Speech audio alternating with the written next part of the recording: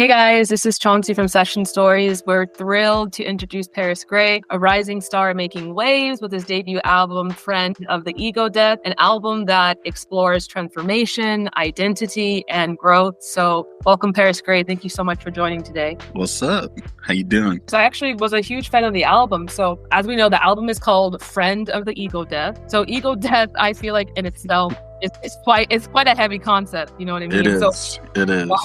why choose it as something that you could befriend? Ooh, I feel like a lot of people are scared of it, honestly. Because after an ego death, there's a lot of changes. Yeah. And I think a lot of people are scared of change. I'm definitely scared of change. I'm not going to lie. Yeah. Like, there's no way around it. I feel like everybody in some way is afraid of change, but sometimes you just have to just push through it, which honestly, you just got to become a friend of it. Accept it, you know? If I'm going to change, I might as well make the best of it. Yeah. So does that explanation that you give also tie into some of the themes and meanings that we see throughout the album? Definitely. Yeah. It's like a trickle-down system. Yeah. It starts off, the ego is still there. It's just being stubborn, honestly. You don't want to change. You want to be stuck in your ways. What I saw crazy quote, is like, you can't carry around old bricks and expect to build new houses. Like, that's so crazy. Like, when I saw that, you can't stay the same person and expect new outcomes. So at the end of the project, I accept the change. I accept what's not there anymore. I accept the feelings that aren't there anymore. Friend of the Ego Death was really just like a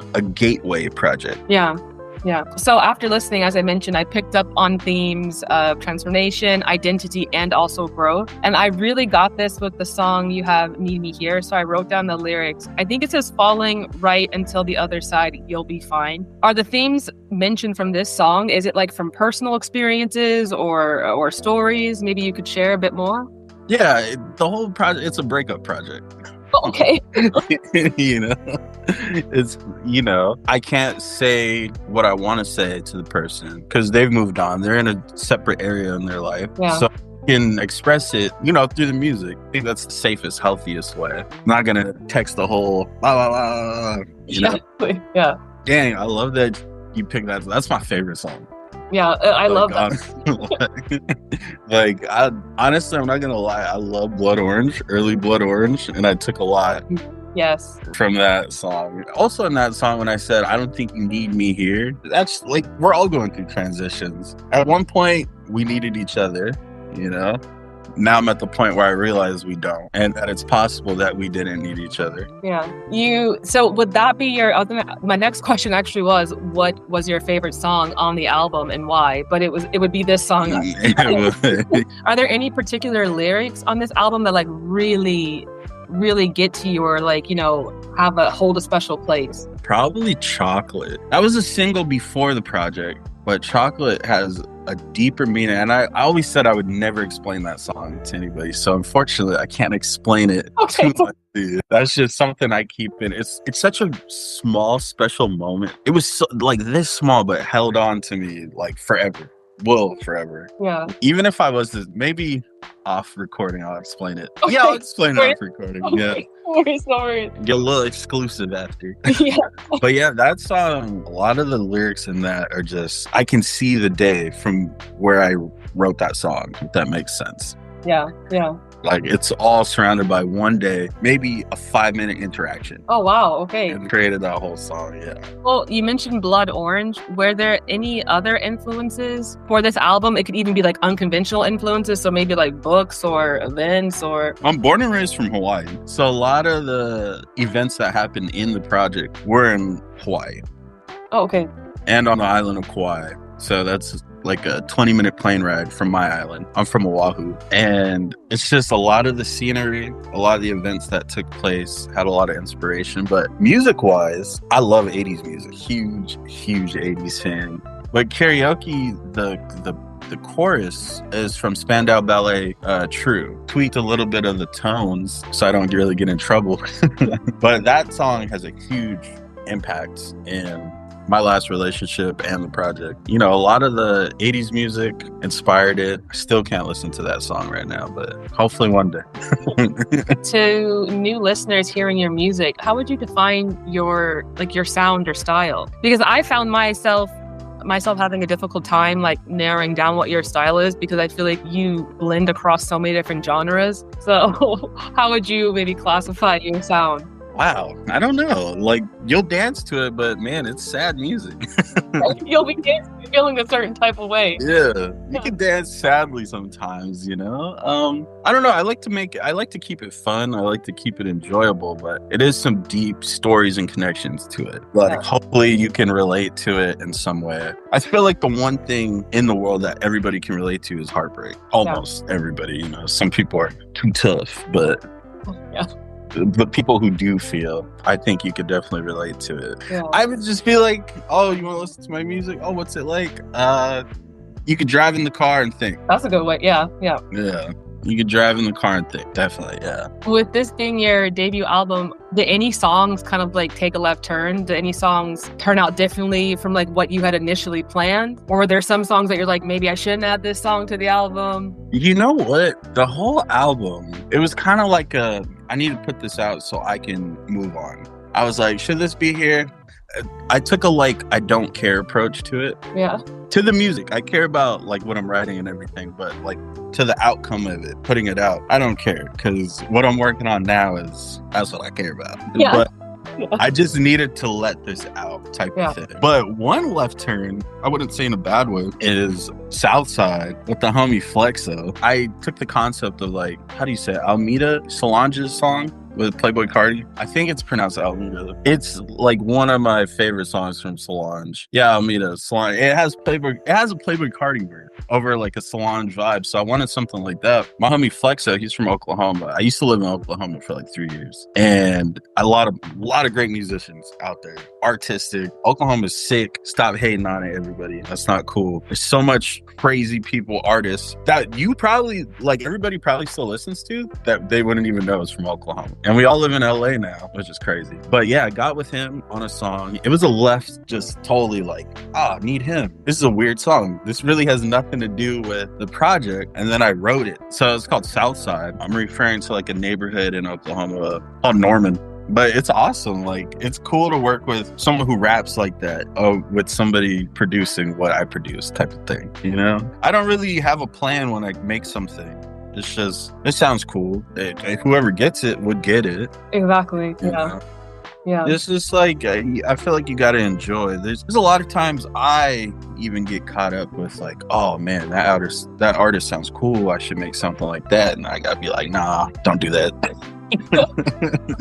Don't do that. So you talked a little bit about how the production side of things go. Maybe you can share some insights into like your songwriting process for this album. In Hawaii, I had a band called TTFN. Shout out to John. Shout out to Kaylee. They're brother and sister. First band I was ever in. And John, he taught me how to produce music. Taught me everything in that. Literally everything. And I always followed his way of writing, which would either start with guitar or drums. The only way it starts with writing, if I just like write one-liners in my phone. Like, oh, that sounds nice in a song. But I usually start with drums. I love drums. I'm not too good on a physical kit, but playing it on a drum pad or a keyboard, I'm pretty good at it. But I like really eclectic sounding drums, like timbaland. Yes. Amazing, yeah. Little things, like, I love that. And it's like, you can get a lot of emotion out of a drum. Like, even if it doesn't have like a tone or anything. But yeah, I go sonic first and then I write. Oh, okay. Do you have to be like in any type of setting or like atmosphere for when you write, or not really? Because I know some people have these like specific rituals that they have to like be in a certain place when they write, or they have to do this each time. So I was just curious. It always depends how I'm feeling. If I'm happy, if I'm sad, you know. If I'm out, like, and I find like something comes to my head, I'll write it down, I'll jot it down, and then I'll get home. This is my home. This is my room, by the way. Yeah. And I'll form it around that. But no, I don't really have any rituals or anything. I like to write at home by myself, put everything down at home, record everything at home. And then I like to take it to the studio and mix and master. Yeah. So I like to finish everything here, write everything here in my privacy. I like privacy when I record by myself. Yeah. That's only because I've been doing it for so long. The only other two people I recorded with was John and Kaylee from the band. Yeah. And that's my brother and sister, you know. I just got back from Hawaii from his wedding. Like, I was in the wedding. Aww. It was awesome. But yeah, I like privacy when I record, and then I love sharing it when it's done. Honestly, I'm not stingy. I'll write, produce, and then go to the studio. Very cool. And so A Ton, Always You, that's the final song on the track. How would you say this song wraps up the themes of ego death and maybe personal growth? Oh, that's a great question. That song is the thank you. That song is the thank you. Like, yeah, the relationship didn't keep going, or we didn't end up together in the long run. That song is the appreciation song. The what's the term? Don't cry because it ended, but smile because it happened. Yeah. And that's that song, you know? Yeah. It's just I've moved on, we moved on. But if you need anything, you know where to find me. Exactly. Fun fact, when I play that song live, hopefully there's no video of it. I could never get through the song without crying. Oh, really? That's not a bad thing. It's just a weird thing. Like, you're just on stage crying, playing guitar. I mean, you probably feel weird, but people in the crowd, I would expect they look at it as like endearing, or that this person actually is experiencing what they're writing about. Because there's some lyrics and songs and artists these days that just sing about things that they had that aren't personal to them, and sometimes that translates when you hear it. You're like, okay. Yeah, and when the song's finished, like, it's just silent, and then like there's like a delay and then applause. Give him a hug and a tissue, please. Yeah. Yes. But yeah, I always end lately I've always ended my shows with that song. Yeah.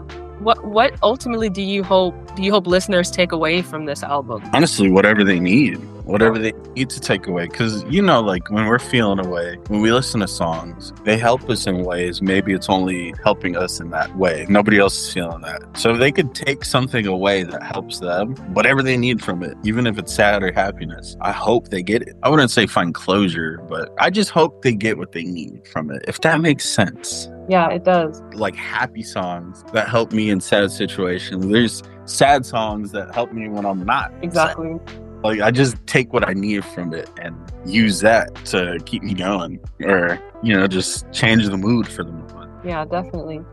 And then I caught before that you said you had been doing music for a long time. So what actually got you started into music, and when did you know that this was something that you wanted to pursue professionally? Man, 8th grade. 8th grade, I got into hip-hop, underground hip-hop. So I was, of course, breakdancing in 8th grade. Because in Hawaii, you grow up, there's a lot of Filipino homies. They all breakdance. Yeah. My group were breakdancing, and then I was also skateboarding. So the breakdancers and the skateboarders were homies. Yeah. I was 8th grade all the way until graduation. It was the same crew. And who got me into hip hop, showed me my favorite hip hop song, Jason Augeron. Shout out to him. I was just talking to him the other day. Been friends since 8th grade. He showed me Sound is Vibration from Atmosphere. And I heard that song. Wow. Yeah. It was uphill from there. And then 9th grade, started hanging out with John. Our family have been friends for years. His family, I think, were at the hospital when I was born. Oh, wow. I'm pretty sure. And then John found out John started producing music. And I was like, dang, I didn't know that. So me and John, we would excuse ourselves from school. And we'd drive around and we'd go to Wendy's, and he'd make these CDs of those beats he would produce, and we would just freestyle over them. And we go to Wendy's, freestyle over his beats on all these CDs he would make. And then I was like, bro, you got to teach me this. Taught me everything. We started the band. The band did really good. We opened up for a lot of cool people in Hawaii back then. And it's just from there, I got into 80s music. Also, my uncle and my dad are big inspiration. My dad used to play woodwinds. He got into bass. My aunt married a white guy, cool white guy from Detroit. He has the Grim Reaper playing bass tattooed on his back. And he got me into Zeppelin. I would watch The Song Remains the Same. Great Zeppelin film. I think they were playing at Madison Square Garden. It's a whole film based around that. From there, crazy. Jimmy Page, one of my favorite guitarists, just amazing. And just their stage presence, I was like, I gotta do that. I have to do that. And just the production from there is just new sounds, new ways of playing. Jimmy Page used to play guitar with a violin bow. Yeah. Like, just crazy things like that. I just were fascinated with. I never really learned a traditional way to produce. It was all experimental. Well, that's why there's no genre with me. But that's a good thing as well. It means we're not predictable, always changing, kind of moving. So that it's a good thing. It's a really good thing. Yeah. You're like, I think it's so what's next on the horizon for you? It's already a massive feat that you have this album out, you know? So what's next? Are you going to maybe start doing shows? Do you have some new music in the works? Yeah, so I have a little band I'm putting together. Oh, cool. I just need a drummer because I love playing shows. So that's the goal for 2025 is more live shows. Right now, you know, with the fires and everything, everyone's kind of on a pause. Yeah. So no one's really, you know, booking right now. But we have things lined up for later. But right now, we're not going to advertise it because, you know, there's a lot of more important things going on. But also live performance videos. Oh, okay. So I was talking to one of the homies, Skylar, last night. He does like kind of a color studio thing. Oh, nice. Yeah. So I'm going to do one of those for him. That's how I wanted to start the year off. That'd be super cool. Yeah, I want to do live and then trickle back into the singles. And then hopefully maybe third quarter drop a decent album. Yeah. Hey, I forgot. I meant to ask this question in the beginning, but it just came to me now. It was about the name. Is this your real name, or how did you come up with the artist name Paris Grey? Like, what's the story behind this? So the way I came up with Paris Grey, October 24th, 1995, I was bored and my mom gave me that name. That's my real name.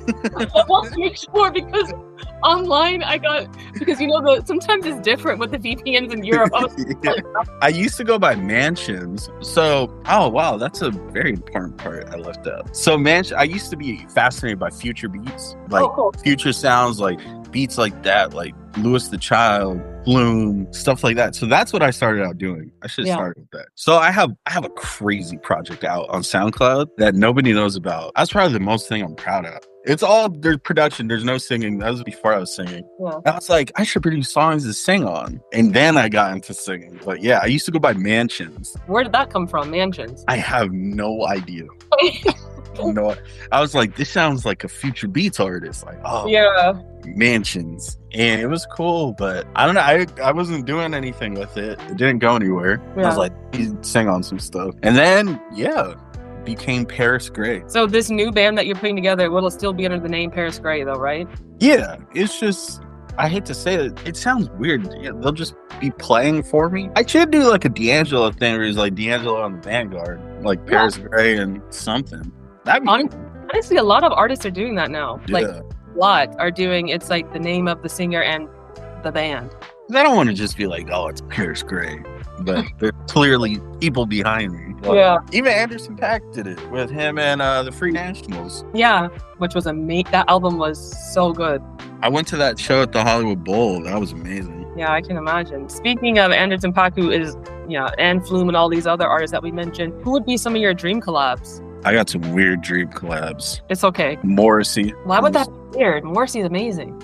It's just people, people be like, other people. I know. Morrissey. Wait, can we come back to this while I think about it? And we can still talk. I don't think about it while I talk. Okay.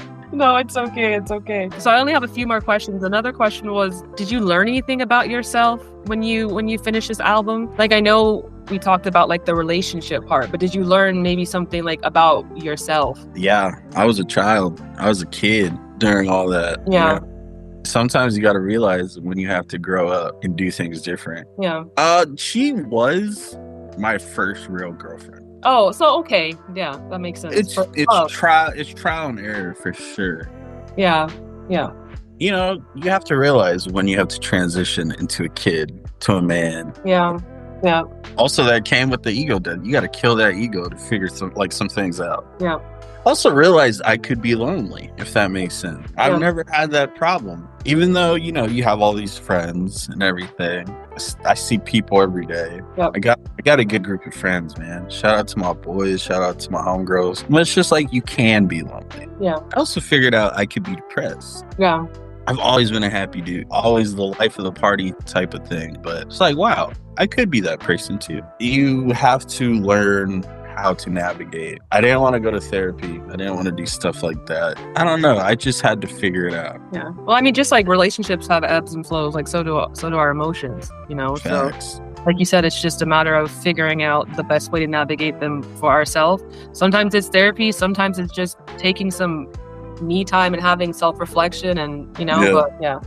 Yeah, self-reflection, talking to yourself, even out loud, did wonders. Just saying it out loud, saying things out loud, writing things down. Crazy.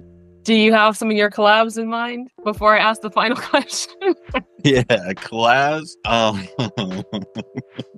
All of my friends. I'm such a hermit when it comes to creating. I have so many talented friends. Flexa was the first one I ever collaborated with outside of the band. And that's crazy. There was a whole project when I lived in Oklahoma right before the pandemic. We had a house in Oklahoma. Shout out to the Park Place house. Huge room. We had all these music equipment, and so many friends would come over and we'd just write, and we were gonna drop a project. We had a trailer, we had a video and everything. It was going so well, and then COVID hit and we stopped and we never got back to it. Oh, I just want to collab with all my friends. I don't need to collab with famous people, but if I do, Morrissey, the Neptunes, Timbaland. Dude, I don't know. I guess I never really thought about that. I don't know. I love everybody, It'd be cool to work with everybody. That'd be cool.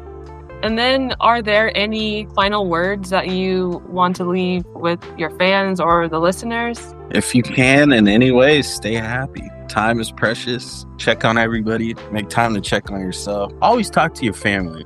Keep family always. I don't know. I'm not inspiring. You say this as you say the most inspiring thing.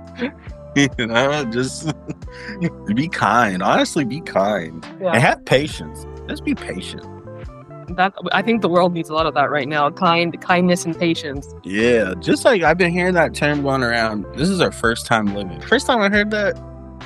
Wow. But it feels like we've been living constantly, And it's just like, be kind, be cool, have fun, help each other out, be friends, Forgive. Also, Forgive. Don't hold grudges. There's no benefit to that. And then listen to Paris Gray. Oh. Well, I mean, that's all the questions I had for you, but thanks so much for joining. I really enjoyed the album, some really good stuff in there, and I can't wait to see what more you come out with. I know it's going to be fire, so appreciate it so much. I'm excited. Thank you for having me. This is fun. This is funny. I needed this. This is cool. Hello, stranger.